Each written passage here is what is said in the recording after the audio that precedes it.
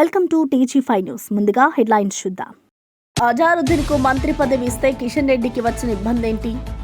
హైదరాబాద్లో Musi river front ఎందుకు ఉండకూడదో చెప్పాలని నిలదీత. నేను మొదట సెక్యులర్ భావాలు కలిగిన వ్యక్తిరన్న రేవంత్ రెడ్డి.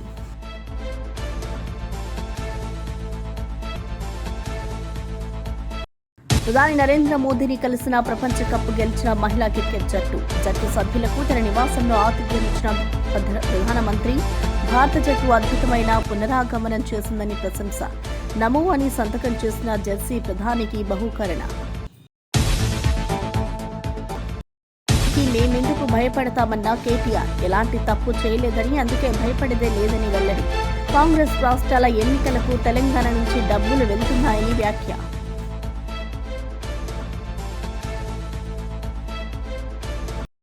మంత్రి మండిపల్లి రాంప్రసాద్ రెడ్డి సంచలన వ్యాఖ్యలు. వైసీపీ మాజీ ఎమ్మెల్యే గడికోట శ్రీకాంత్ రెడ్డిపై విరుచుకుపడిన రాంప్రసాద్. రాయచోటి నియోజకవర్గంలో శ్రీకాంత్ రెడ్డి ఏ విధమైన అభివృద్ధి చేస్తారో చర్చకు సిద్ధమా అంటూ సవాల్.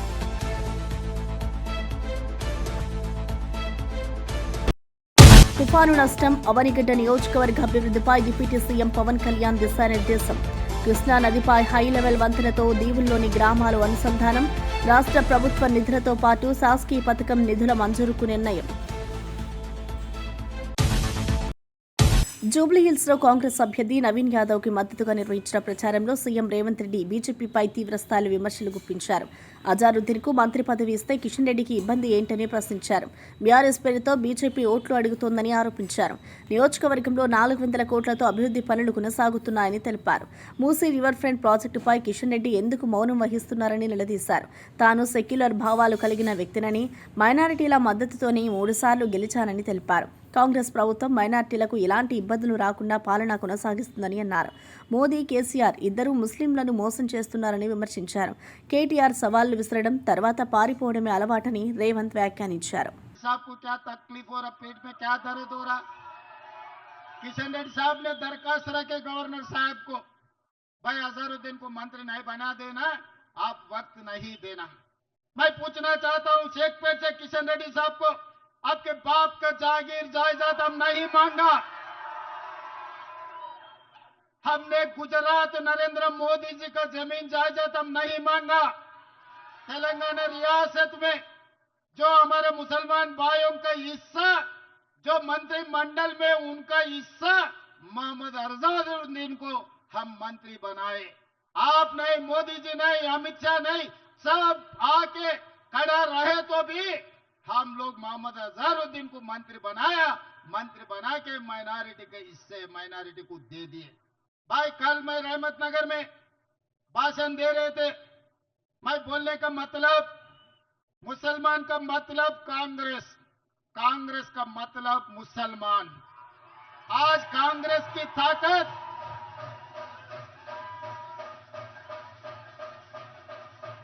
तेलंगाना सरकार की ताकत हमारे मुसलमान भाई बहनों.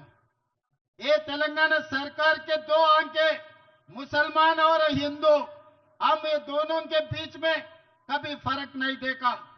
फर्क नहीं देखने के लिए कोशिश भी हम नहीं करते. 20 महीने हम सरकार चलाए. यहाँ पर जितने भी नौजवान हैं, हमारे मुसलमान भाई बहने हैं, हमारे सरकार में कभी इतने भी फर्क दिखा है क्या? आप लोगों को अलग देखने के लिए कभी कोशिश की है क्या? मगर बीआरएस वाले ने పట్కానే के लिए कोशिश कर रहे. పీజీఆర్ లాంటి పేదోళ్ల గుండె ధైర్యమన్న నేతను మాజీ సీఎం కేసీఆర్ అవమానించాడని తెలంగాణ సీఎం రేవంత్ రెడ్డి తీవ్రంగా విమర్శించారు. కాంగ్రెస్ అభ్యర్థి నవీన్ యాదవ్ కు మద్దతుగా జరిగిన ప్రచార సభలో మాట్లాడుతూ పీజీఆర్ కుటుంబాన్ని గేటు బయట నిలబెట్టిన కేసీఆర్ ఇప్పుడు బిల్లా రంగాలు గల్లీ తిరుగుతున్నారని ఎద్దేవా చేశారు.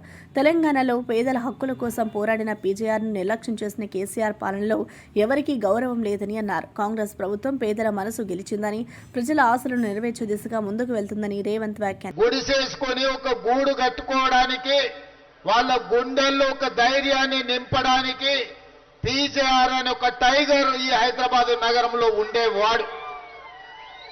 ఆ పీజేఆర్ 2007 సంవత్సరంలో గుండె ఆగి మరణించినప్పుడు, గతంలో ఉమ్మడి రాష్ట్రంలో ఒక సాంప్రదాయం ఉండే, ఎవరైనా శాసనసభ్యులు అకాల మరణం చెందితే వారి కుటుంబాలకే ఏకగ్రీవం చేసే సాంప్రదాయం ఉండే. 2007 సంవత్సరంలో రాజకీయ ప్రత్యర్థి అయిన పీజేఆర్ తెలుగుదేశం పార్టీ మీద ఎన్ని పోరాటాలు చేసినా చంద్రబాబు నాయుడు గారు విజ్ఞత ప్రదర్శించి పీజేఆర్ కుటుంబానికి ఏకగ్రీవంగా చెయ్యడానికి ఆనాడు తెలుగుదేశం పార్టీ ఎన్నికల బరిలో అభ్యర్థిని నిలబెట్టలే. ఏ రాజకీయ పార్టీ కూడా, చిన్న చితక పార్టీలే కాదు, స్వతంత్ర అభ్యర్థులు కూడా పీజేఆర్ మీద ఉన్న గౌరవంతో, పీజేఆర్ మీద ఉన్న అభిమానంతో ఎవరు ఎన్నికల్లో పోటీ చేయలే. కానీ దురదృష్టవశాత్తు ఆనాడు పీజేఆర్ ని అవమానించడమే కాదు, వారి కుటుంబం ఇంటి దగ్గరికి వెళ్లి చంద్రశేఖరరావు గారిని కలవడానికి ప్రయత్నం చేస్తే గేటు ముందల ఎర్రటి ఎండలో 3 గంటలు పీజేఆర్ కుటుంబాన్ని, సతీమణిని నించోబెట్టి అవమానించి కల్వకుంటనే వెనక్కి పంపించిన కల్వకుంట్ల చంద్రశేఖరరావు ఆ ఎన్నికల్లో పీజేఆర్ మీద పోటీ పెట్టాడు. కానీ ప్రజలు విఘ్నులు కాబట్టి ఆనాడు కేసీఆర్ ను, బీఆర్ఎస్ పార్టీని బండకేసి కొట్టి బందబెట్టి పీజేఆర్ కుటుంబాన్ని ఆనాడు ఖైరతాబాద్ లో గెలిపించారు. మరి ఈరోజు మాగంటి గోపి మరణించిండు. వారి సతీమణిని సానుభూతితోని మీరు ఎన్నికల్లో గెలిపించండి అని బీఆర్ఎస్ కు సంబంధించిన బిల్లా రంగాలు మీ గల్లీ గల్లీ తిరుగుతున్నారు. మొన్న జరిగిన శాసనసభ ఎన్నికల్లో వాళ్ళ కారు పంచర్ అయి ఇవాళ కార్ఖానకు పోయి ఎక్కడిదక్కడ టైర్లు, ట్యూబులు ఇప్పి రాళ్ల మీద నించోబెడితే ఈ రోజు బెంజు కారు దిగి ఈ రోజు ఆటోల మీ దగ్గర తిరుగుతున్నారు. 10 ఏళ్లు మున్సిపల్ మంత్రిగా, 10 ఏళ్లు ముఖ్యమంత్రిగా మీరొక్కసారి ఆలోచన చేయండి. 3 సార్లు ఈ జూబ్లీ హిల్స్ లో బీఆర్ఎస్ ఎమ్మెల్యేని గెలిపించారు. వన్డే ప్రపంచ కప్ గెలిచిన భారత మహిళా క్రికెట్ జట్టు సభ్యులను ప్రధాని నరేంద్ర మోదీ తన నివాసంలో ఆతిథ్యం ఇచ్చారు. ఈ సందర్భంగా జట్టు అద్భుతమైన పునరాగమనం సాధించిందని ప్రశంసించారు. వరుసగా 3 ఓటముల తర్వాత గెలుపు దిశగా పయనించడం గొప్ప విషయమని పేర్కొన్నారు. జట్టు కెప్టెన్ హర్మన్ ప్రీత్ కౌర్ సహా సభ్యులు ప్రపంచ కప్ విజయ విశేషాలను ప్రధానికి వివరించారు. మహిళా జట్టు నమో అని సంతకం చేసిన టీమిండియా జెర్సీని ప్రధానికి బహూకరించింది. 2017లో రన్నరప్గా నిలిచిన భారత జట్టు అప్పుడు మోదీని కలిసిందని గుర్తు చేశారు. మహిళా జట్టు కృషి, కట్టుబాటు దేశానికి గర్వకారణమని ప్రధాని తెలిపారు. అవనిగడ్డ నియోజకవర్గంలో తుఫాను నష్టాలు, అభివృద్ధి పనులపై డిప్యూటీ సీఎం పవన్ కళ్యాణ్ కీలక నిర్ణయాలు తీసుకున్నారు. కృష్ణా నదిపై హైలెవెల్ వంతెన నిర్మాణంతో దీవుల్లోని గ్రామాలను అనుసంధానించాలని ఆదేశించారు. రాష్ట్ర నిధులతో పాటు శాసకీయ పథకం కిందన అదనపు నిధులు మంజూరు చేయాలని సూచించారు. అలాగే కేంద్ర సహకారంతో అవుట్ ఫాల్ స్లూయేజ్ల పునరుద్ధరణ పనులు చేపట్టాలని నిర్ణయించారు. ఈ పనులను నిర్ణీత కాల వ్యవధిలో పూర్తి చేయాలని అధికారులను ఆదేశించారు. తుఫాను ప్రభావిత గ్రామాల్లో పునరావాస చర్యలను వేగవంతం చేయాలని పవన్ కళ్యాణ్ దిశానిర్దేశం చేశారు. ప్రజల భద్రత, అభివృద్ధి తమ ప్రభుత్వ ప్రథమ కర్తవ్యమని స్పష్టం చేశారు. సీఎం రేవంత్ రెడ్డి ఓడిపోతున్నామనే నిరాశతో మాట్లాడుతున్నారని బీఆర్ఎస్ వర్కింగ్ ప్రెసిడెంట్ కేటీఆర్ విమర్శించారు. రేవంత్ పై వ్యక్తిగత దూషణలు చేయగలమని, కానీ తమ నాయకుడు కేసీఆర్ సూచనల మేరకు ఆచితూచి మాట్లాడుతున్నామని అన్నారు. హైదరాబాద్ అభివృద్ధిపై చర్చకు రావాలని రేవంత్ కు సవాల్ విసిరారు. 10 ఏళ్లలో బీఆర్ఎస్ చేసిన అభివృద్ధిని, కాంగ్రెస్ 2 ఏళ్ల పనిని ప్రజల ముందుంచుదామని అన్నారు. స్వచ్ఛ హైదరాబాద్ కింద నగరాన్ని 400 యూనిట్లుగా విభజించి ఐఏఎస్, ఐపీఎస్ అధికారుల పర్యవేక్షణలో భద్రతా కార్యక్రమం చేపట్టామని గుర్తు చేశారు. 2 ఏళ్లుగా కాంగ్రెస్ ఒక్క కొత్త ఆటో కూడా ఇవ్వలేదని ఆరోపించారు. ముస్లింలను కాంగ్రెస్ మోసం చేస్తుందని, వారు లేని పార్టీగా మారుతుందని కేటీఆర్ వ్యాఖ్యానించారు. మా పెద్దలు కేసీఆర్ గారు చేసిన ఒక సూచన, వారు చెప్పిన మాట ఏమంటే, పొరపాటున కూడా అట్లాంటి భాష మనం మాట్లాడాల్సిన అవసరం లేదు, అట్లాంటి వ్యక్తుల గురించి మనం ప్రస్తావన చేయాల్సిన అవసరం లేదు, మనం చేసింది చెప్తే చాలు అనే మాట వారు మాకు దిశానిర్దేశం చేస్తూ ఉంటారు ఎప్పుడు.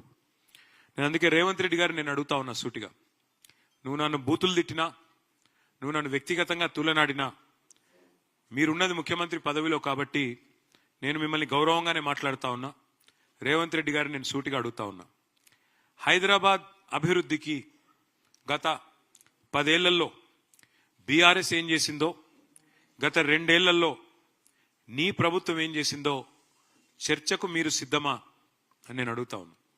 అట్లాగే మున్సిపల్ మంత్రిగా ఆనాడు కేసీఆర్ హైదరాబాద్లో ఈ శానిటేషన్ సమస్య, అంటే చెత్త సమస్య పరిష్కారానికి కేసీఆర్ గారి నాయకత్వంలో స్వయంగా కేసీఆర్ గారు కూడా ఒక ఏరియా ఎంచుకొని ఆ ఏరియాకి తాను కూడా ముఖ్యమంత్రిగా బాధ్యత వహించి అట్లాగే ప్రతి ఐఏఎస్ అధికారిని ఐపీఎస్ అధికారిని కూడా హైదరాబాద్ 400 భాగాలుగా విభజించి ఒక్కొక్క యూనిట్ కి ఒక్కొక్క ఐఏఎస్ ఐపీఎస్ అధికారిని నియమించి మంత్రిని ఎమ్మెల్యేని ఎంపీని ఎమ్మెల్సీని అందరినీ బాధ్యులు చేసి తాను కూడా బాధ్యత తీసుకొని స్వచ్ఛ హైదరాబాద్ అనే కార్యక్రమానికి శ్రీకారం చుట్టి ఆనాడు వేల సంఖ్యలో స్వచ్ఛ ఆటోలు ప్రవేశపెట్టిన విషయం నీకు తెలియదా?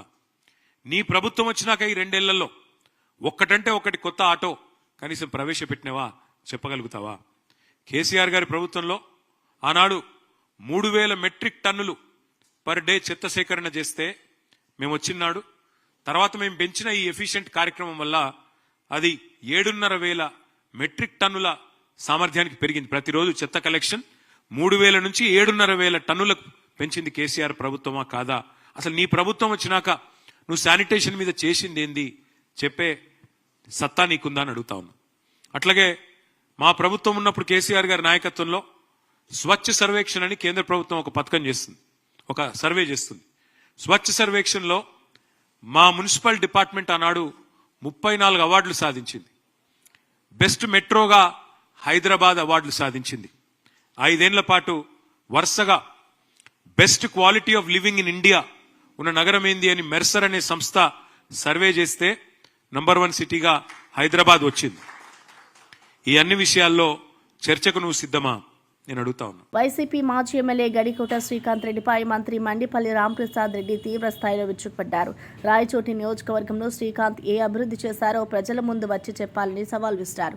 15 సంవత్సరాల రాజకీయ జీవితం చెప్పుకుంటూ వచ్చిన శ్రీకాంత్లో 10 ఏళ్లు మాత్రమే అధికారంలో ఉన్నారని, ఆ సమయంలో ప్రజల కోసం చేసిన పనులు ఏమిటో వివరించాలని డిమాండ్ చేశారు. ఎమ్మెల్యేగా ఉన్నప్పుడే వైసీపీకి వ్యతిరేకంగా పనిచేసిన వ్యక్తి ఇప్పుడు ప్రజాభిమానం చూపించడం దారుణమన్నారు. ప్రజలు ఇప్పుడు మారిపోయారని, అవినీతి పరుల పట్ల సహనం చూపారని హెచ్చరించారు. రాబోయే ఎన్నికల్లో వైసీపీకి ప్రజలు తగిన బుద్ధి చెప్తారని మంత్రి రాంప్రసాద్ రెడ్డి తెలిపారు. మన పార్టీ లేదనా? మన పార్టీ లేదు. మళ్ళా వచ్చే 5 సంవత్సరాల పార్టీ ఉండింది కదా, పార్టీ ఉండింది, పదవి ఉండింది, కేబినెట్ హోదా పదవి ఉండింది.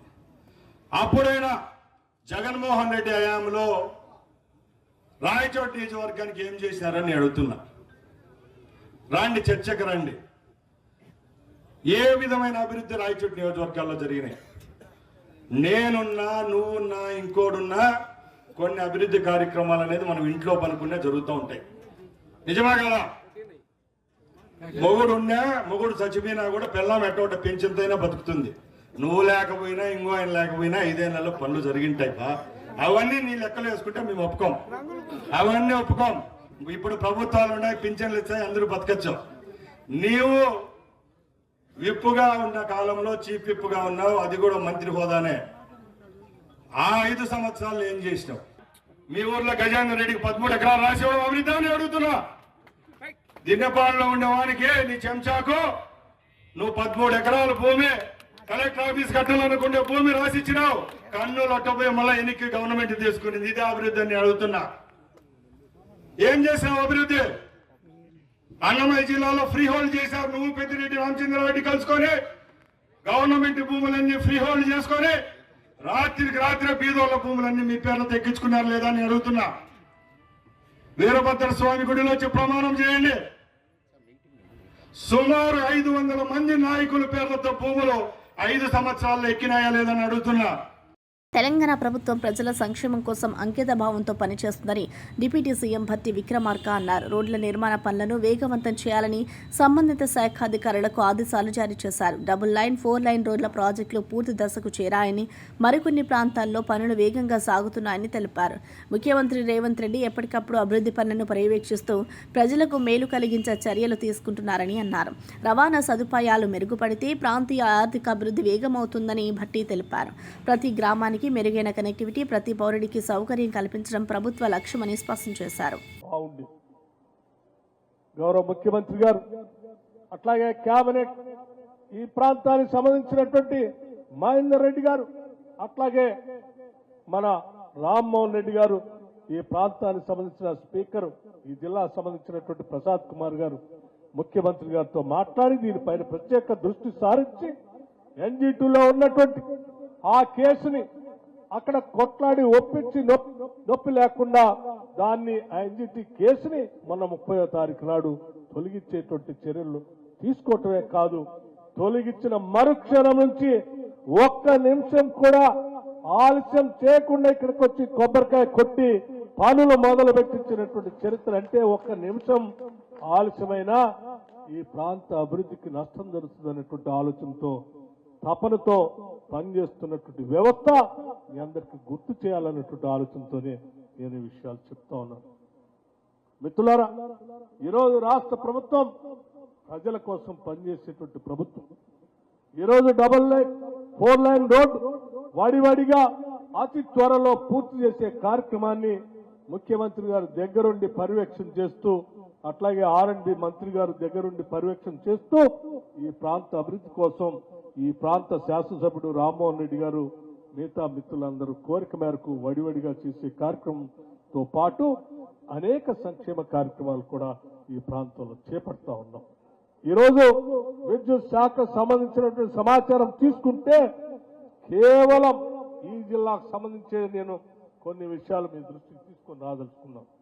వైఎస్ జగన్పై ప్రజలు విసిగిపోయారని, త్వరలో ఆయన పాలనకు ముగింపు పలికే రోజులు దగ్గరలోనే ఉన్నాయని ఎమ్మెల్యే ఆదినారాయణ అన్నారు. జగన్ కుటుంబం అవినీతిలో మునిగిపోయిందని, ఆయన భార్య భారతిరెడ్డి 400 కోట్ల బంగారం కొనుగోలు చేస్తుందని సంచలన ఆరోపణలు చేశారు. జగన్ రాజ్యాంగాన్ని ఉల్లంఘించి తన భార్య పేరు మీద లావాదేవీలు జరిపారని విమర్శించారు. మా కూటమి పెరిగి పెరిగి పెరిగి అంతరిక్ష స్థాయి, అతనిది అధోగతి, తరిగి తరిగి తరిగి అంతరించిపోతుంది. పార్టీ డైనోసార్ కాబోతుంది. అది తెలుసుకోవాలి. అతడు ఏం చేసినా పప్పులుగా మేము ప్రతి అంశాన్ని తూచా తప్పగా పాటిస్తాం. అతన్ని క్ష అనేటట్టుగా చేస్తాం. అతని బతుకు గౌరవం చేస్తాం. కేసులో ఇరుక్కోబోతున్నాడు. మననే జోగి రమేష్ షిఫ్ట్ 2లో ఇరుక్కున్నాడు. తమ్ముడు కూడా షిఫ్ట్ 1 సీరియస్ గా ఉంది. ఇప్పటికే అరెస్ట్ అయినారు. ఐఏఎస్ ధనంజయ రెడ్డి, అతనితో పాటు ఉండే బిఏ కృష్ణమోహన్ రెడ్డి, శ్రీధర్ రెడ్డి. అది షిఫ్ట్ 1, లిక్కర్ షిఫ్ట్ 1 ఇరుక్కున్నాడు. 400 కేజీల బంగారం అనేది ఈడీ మెయింటైన్ చేస్తుంది. మహాతల్లి భారతి గారు 400 కేజీలు, కేజీ ₹1 బంగారు. ధనదానికి అర్థం లేదు. నేను ఎప్పుడో చెప్పినా, జగన్ రెడ్డి అధికారంలో ఉన్నప్పుడే 2020లో అనంతపురం మీటింగ్లో, అయ్యా ఆయన యొక్క ఆలోచన ఎట్టున్నది ఆ రోజుల్లోనే, నేనే రాజు, నాదే రాజ్యం, నాదే రాజ్యాంగం, అదే భారతీయ రాజ్యాంగం అని, అదే భారతీయ రాజ్యాంగాన్ని తూచా తప్పకుండా అమలు చేస్తున్నాడు. మన సిగ్గుల పులివెందుల ఉప ఎన్నికలో 10% మాకు వచ్చిన ఓటు రాలే. టోటల్ ఓట్లలో అయితే 9%, 17% రావాలి. డివైడ్ రాకుండా చేసినాం. అదేదో మతలబు చేశామట. మేము మతలబు చేశాం. 11 నామినేషన్లు ఉన్నాయి. సిగ్గుండాలి కదా, అటకాయించాలి కదా. అదే పులివెందులలో ఒక్క నామినేషన్ లేకుండా చేసి చివరికి సర్పంచ్ ఎలక్షన్లో వార్డు మెంబర్ లేకుండా చేసినాడు. అతను మాట్లాడేదానికి హక్కే లేదు. ఆంధ్రప్రదేశ్లో అవినీతి ఆరోపణల నేపథ్యంలో ఏసీబీ అధికారులు భారీ స్థాయిలో సోదాలు నిర్వహించారు. రాష్ట్ర వ్యాప్తంగా 120 సబ్ రిజిస్ట్రార్ కార్యాలయాల్లో ఒకేసారి దాడులు చేపట్టారు. ఎన్టీఆర్ జిల్లా ఇబ్రహీంపట్నం, ప్రకాశం జిల్లా ఒంగోలు, విజయనగరం, భోగాపురం, సత్యసాయి జిల్లా చిలమత్తూరు, పల్నాడు జిల్లా నరసరావుపేటతో సహా పలు ప్రాంతాల్లో అధికారులు తనిఖీలు కొనసాగిస్తున్నారు. రిజిస్ట్రేషన్ ప్రక్రియలో లంచాలు, అక్రమ లావాదేవీలపై ఆధారాలు సేకరిస్తున్నట్లు సమాచారం. అవినీతి నిరోధక విభాగం ఈ దాడులతో ప్రభుత్వ కార్యాలయాల్లో క్రమశిక్షణ తీసుకురావడమే లక్ష్యమని అధికార వర్గాలు వెల్లడించాయి. సాధారణ ప్రజలకు పారదర్శక సేవలు అందించేందుకు ఈ తనిఖీలు కీలకమవుతాయని ఏసీబీ అధికారులు పేర్కొన్నారు.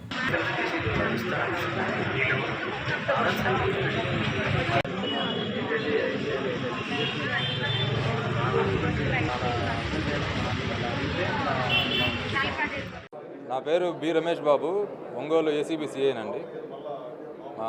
ఆంధ్రప్రదేశ్ ఏసీబీ డీజీ గారి ఉత్తర్వుల మేరకు, పై అధికారుల ఉత్తర్వుల మేరకు ఈరోజు ఇక్కడ సర్ప్రైజ్ చెక్ చేయడం జరుగుతుంది సబ్ రిజిస్ట్రార్ ఆఫీస్లో.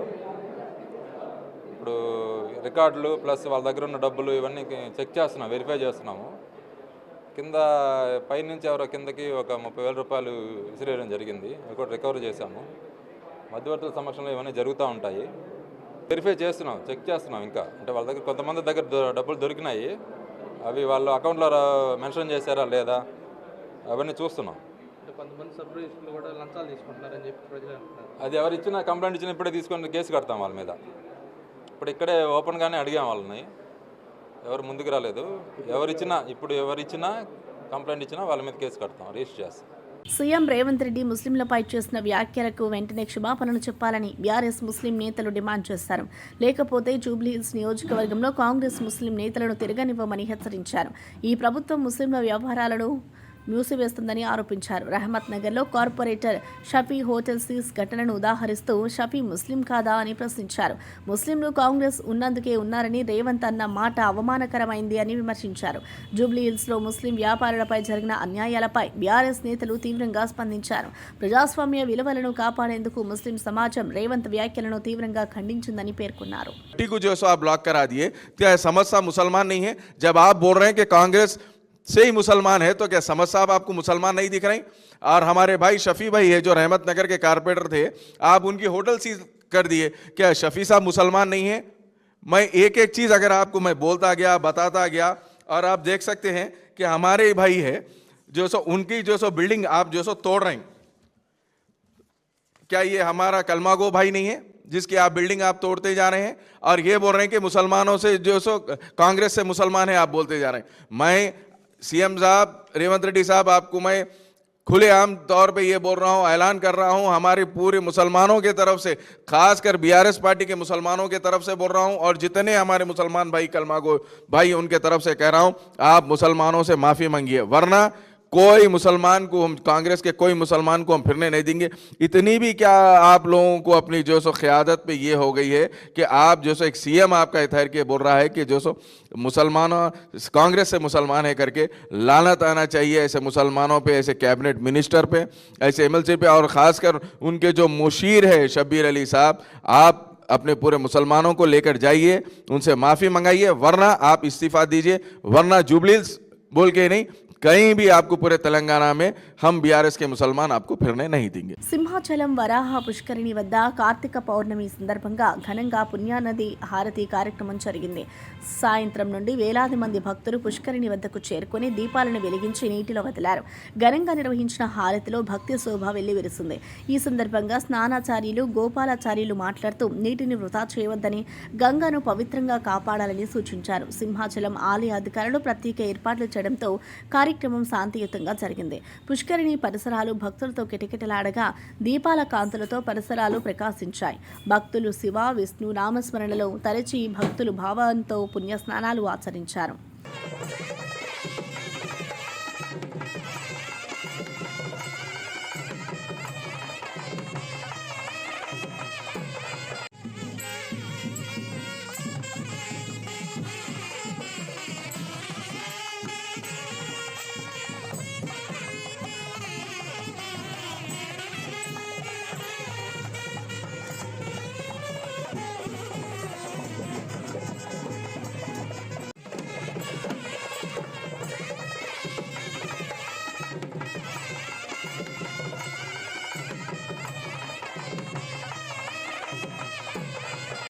BJP MP Raghunandan Rao CM Revanth Reddy తీరుపై ఘాటుగా విరుచుకుపడ్డారు. కేసీఆర్ కుటుంబంపై అవినీతి ఆధారాలు ఉన్నాక గవర్నర్ అనుమతి ఎందుకు కోరుతున్నారని ఆయన ప్రశ్నించారు. గతంలో రేవంత్ రెడ్డిని అరెస్ట్ చేయడానికి ఎవరి అనుమతి తీసుకున్నారని గుర్తు చేశారు. జూబ్లీహిల్స్ ఎన్నికల ప్రచారంలో రేవంత్ చేసిన వ్యాఖ్యలపై స్పందించిన రఘునందన్ కేటీఆర్ అరెస్ట్ విషయంలో సీఎం ఆడలేక మధ్యలోడు అయిపోయాడు అన్నారు.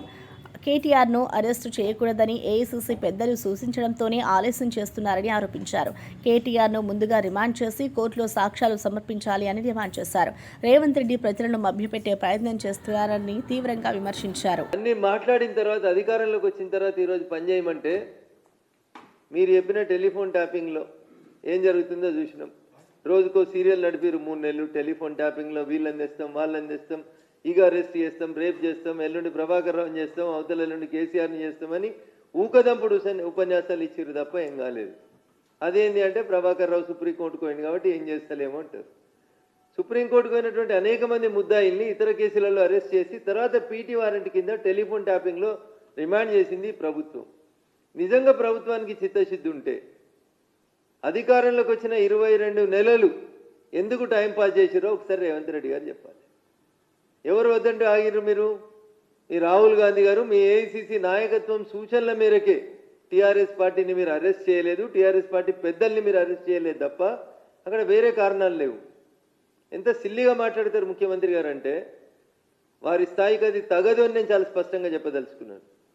మీరు పీసీ ఘోష్ కమిషన్ నివేదికని, ఎన్డీఎస్ఏ నివేదిక రెండింటిని అసెంబ్లీలో పెట్టి చర్చించి అసెంబ్లీలో తీర్మానం చేసి సిబిఐకి పంపినమని ప్రకటించిన మరుక్షణమే మాజీ ముఖ్యమంత్రి చంద్రశేఖరరావు గారు, అప్పటి నీటిపారుదల శాఖ మంత్రి హరీష్ గారు, అప్పటి నీటిపారుదల శాఖకు సెక్రటరీగా పనిచేసినటువంటి శైలేంద్ర కుమార్ గారు, అప్పుడు సీఎంఓలో పనిచేసినటువంటి స్మితా సబర్వాల్ గారు, వీళ్ళంతా రాష్ట్ర సర్వోన్నత న్యాయస్థానం హైకోర్టుకు పోయినరు. కేసీఆర్ గారి పిటిషన్ మీద, హరీష్ రావు గారి పిటిషన్ మీద, శైలేంద్ర కుమార్ ఘోష్ గారి పిటిషన్ మీద సిబిఐ విచారణను ఆపండి అని చెప్పి రాష్ట్ర హైకోర్టు తీర్పు ఇచ్చింది. ఇంకొక 2 వారాల తర్వాత మీ అడ్వకేట్ జనరల్ తోటి కౌంటర్ వేయమని చెప్పింది. ఈయనదాకా అడ్వకేట్ జనరల్ తోటి మీరు కౌంటర్ వేయించలే. హైకోర్టులో కేసీఆర్, హరీష్, శైలేంద్ర కుమార్ ఘోష్, స్మితా సబర్వాల్ వేసిన రిట్ పిటిషన్లను డిస్మిస్ చేయించలేదు. కోర్టు స్టే ఇచ్చినాక సిబిఐ ఎందుకు అరెస్ట్ చేస్తలేదు? ఎలక్షన్ల లోపల అరెస్ట్ చేస్తారా అని అడుగుతున్నారు. అరే మీరు ప్రకాశం జిల్లా దర్శిపట్నంలో పలు పాల కేంద్రాలపై ఫుడ్ సేఫ్టీ అధికారులు ఆకస్మిక దాడులు చేశారు. సాధారణ తనిఖీల్లో భాగంగా పాలు ఉత్పత్తుల నుంచి శాంపిల్ సేకరించి వాటిని హైదరాబాద్ ల్యాబ్కు పరీక్షల కోసం పంపించారు. ఈ సందర్భంగా అధికారి శివతేజ మాట్లాడుతూ ల్యాబ్ రిపోర్టులు అందిన వెంటనే తగిన చర్యలు తీసుకుంటాం. పాల కల్తీ జరుగుతున్నట్లు సమాచారం వస్తే వెంటనే మాకు తెలియజేయాలి అని ప్రజలకు కోరారు. పాల ఉత్పత్తులలో మలినాలు కలపడం ఆరోగ్యానికి తీవ్రమైన ప్రమాదకరమని హెచ్చరించారు. దర్శిలో పలువురు వ్యాపారులు కల్తీపై ఆందోళన వ్యక్తం చేయగా అధికారులు తనిఖీలు కఠినతరం చేశారు.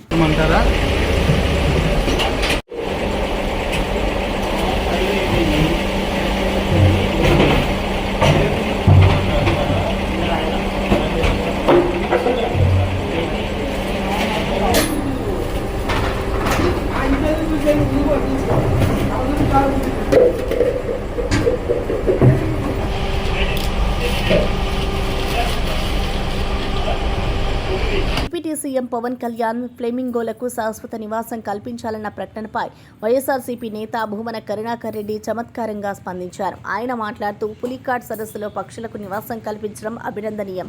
అదేవిధంగా గోదావరిలో వలస వెళ్లే పులస చేపలకు కూడా శాశ్వత నివాసం కల్పించండి అన్నారు.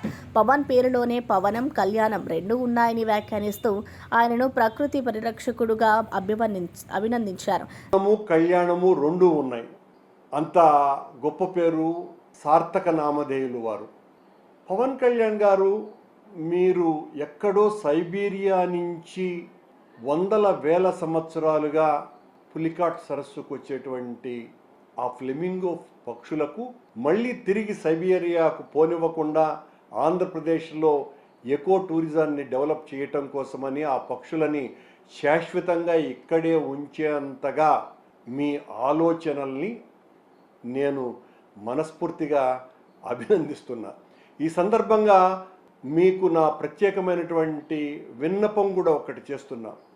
బంగాళాఖాతంలో సుదూర ప్రాంతాల నుంచి సరిగ్గా వందల వేల మైళ్ళ దూరం ప్రయాణించి గోదావరి వరదలప్పుడు గోదావరిలోకి వచ్చేటువంటి పులస చేపని కూడా మీరు శాశ్వతంగా గోదావరిలోనే ఉండేటట్టుగా స్థిర నివాసం ఏర్పరచుకునేటట్టుగా చేయవలసిందిగా మిమ్మల్ని కోరుకుంటున్నా. తద్వారా పిఠాపురం నియోజకవర్గంలో ఉన్నటువంటి ప్రజలతో సహా ఆంధ్ర రాష్ట్రంలో అందరికీ కూడా పులస చేప దొరికే విధంగా వెసులుబాటు కల్పించవలసిందిగా కోరుతున్నా. అలాగే ఏప్రిల్, మే నెలల్లో ఎండలు విపరీతంగా కానవచ్చేటువంటి పరిస్థితి మనకందరికీ కూడా తెలుసును. మీరు ఆ సమయాన శీతల వాయువులు పూర్తిగా మీ అధీనంలో ఉంచుకొని చల్లటి వాతావరణాన్ని కల్పించేటట్టుగా కూడా ప్రయత్నం చేయమని కూడా ఈ సందర్భంగా మిమ్మల్ని కోరుకుంటున్నాను. ఎందువల్లంటే మీరు వేల మైళ్ళ దూరం నుంచి వేల సంవత్సరాలుగా వస్తున్నటువంటి ఆ ఫ్లెమింగో పక్షులనే ఇక్కడ పెట్టేయాలా అనుకునేటువంటి స్థిర నివాసం ఏర్పరచాలా అన్నటువంటి మీ ఆలోచన యొక్క దార్శనికతను మెచ్చుకుంటూ ఇలాంటి పనులు కూడా మీరు చేయాలా అన్నటువంటి విషయాన్ని ఈ సందర్భంగా చెబుతూ ఇలాంటి మంచి పనులు ఎన్నో మీరు చేయాలా, మీ జ్ఞాన తృష్ణను, మీకున్నటువంటి ఈ అమోఘమైనటువంటి ప్రజ్ఞను చూసి దిమ్మ తిరిగిపోవాలని కోరుకుంటున్నాను. ఇవి బులెటిన్ విశేషాలు. మరో బులెటిన్లో మళ్ళీ కలుద్దాం. చూస్తూనే ఉండండి TG5 న్యూస్.